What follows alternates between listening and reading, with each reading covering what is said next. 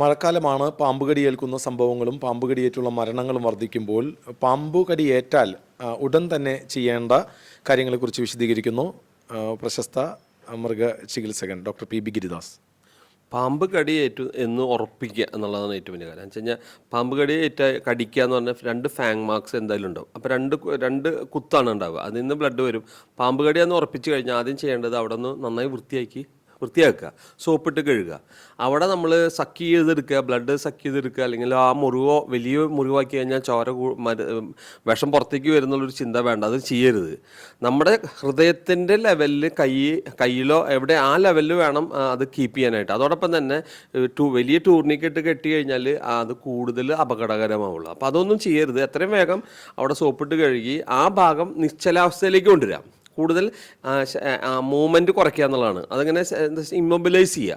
എന്നിട്ട് എത്രയും വേഗം ആശുപത്രിയിൽ എത്തിക്കുക. എന്നിട്ട് ആശുപത്രിയിൽ എത്തിക്കഴിഞ്ഞാൽ ആശുപത്രി എന്താ പറയുക, പാമ്പ് ചികിത്സ, വിഷചികിത്സയുള്ള നല്ല ആശുപത്രി, ഇപ്പോൾ തൃശ്ശൂർ മെഡിക്കൽ കോളേജ് അല്ലെങ്കിൽ ഗവൺമെൻറ് ഹോസ്പിറ്റൽ അല്ലെങ്കിൽ മിഷൻ ഹോസ്പിറ്റൽ, ഇവിടെയൊക്കെയാണ് പാമ്പ് കടിക്ക് ചികിത്സ എല്ലാം വേണം. കാരണം വെച്ചാൽ വെന്റിലേറ്റർ വേണം, വിഷത്തിനുള്ള ആൻറ്റിവെനം ഫെസിലിറ്റി എല്ലാം ഉള്ള സ്ഥലത്ത് പെട്ടെന്ന് എത്തിക്കുക എന്നുള്ളതാണ്. 1 മണിക്കൂറിൽ എത്തിച്ചു കഴിഞ്ഞാൽ ആ പാമ്പ് ഏത് പാമ്പ് കടിച്ചാലും ശരി 1 മണിക്കൂറിൽ ആശുപത്രിയിൽ എത്തിക്കഴിഞ്ഞാൽ ആ ആൾ രക്ഷപ്പെടും എന്നുള്ള കാര്യത്തിൽ തർക്കമില്ല. 100% ആൾ രക്ഷപ്പെടും.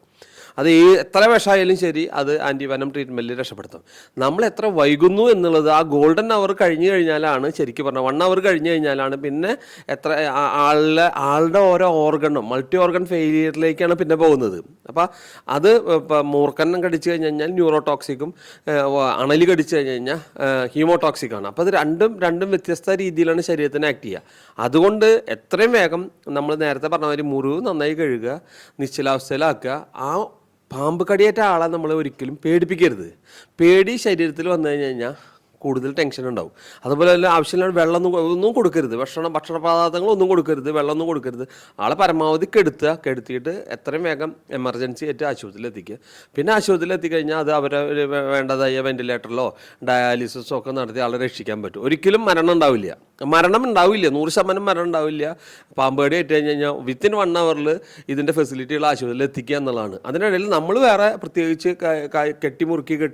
മുറുക്കി അതൊക്കെ ചെയ്ത് കഴിഞ്ഞാൽ കൂടുതൽ കോംപ്ലിക്കേഷൻ ഉള്ള മുറിവുകളുണ്ടായി കോംപ്ലിക്കേഷൻ കൂടുള്ളൂ. ഇത് ചെയ്ത് കഴിഞ്ഞാൽ ഒരാളും പാമ്പ് കടിയേറ്റ് ഇവിടെ ഈ ഭൂമികത്ത് മരിക്കില്ല.